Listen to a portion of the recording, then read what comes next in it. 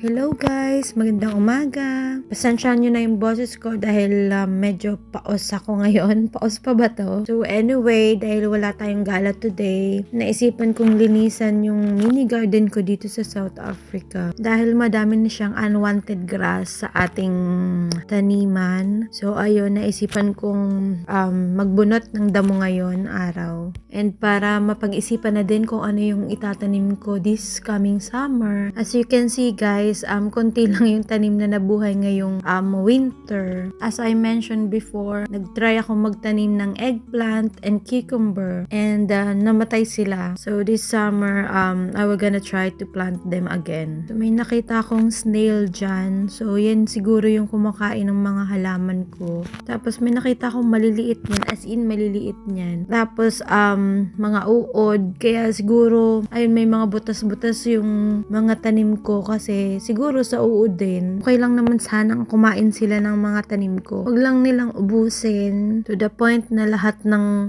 bunga ay may mga butas na. Kaya nga nilagyan namin ang net to para sa squirrel na huwag kainin yung mga bunga. Hindi ko na-anticipate na may snail pala. Parang si friend mo lang yan. Yung akala mo friend mo pero yun pala yung sisira sa'yo. Sure! Ang sabi. May hugot yarn. Anyway, nakabili pala kami dito ng snail kemerut. I don't know kung ano yan. Snail bomb. Basta sabi ng asawa ko pang prevent daw yan sa snail.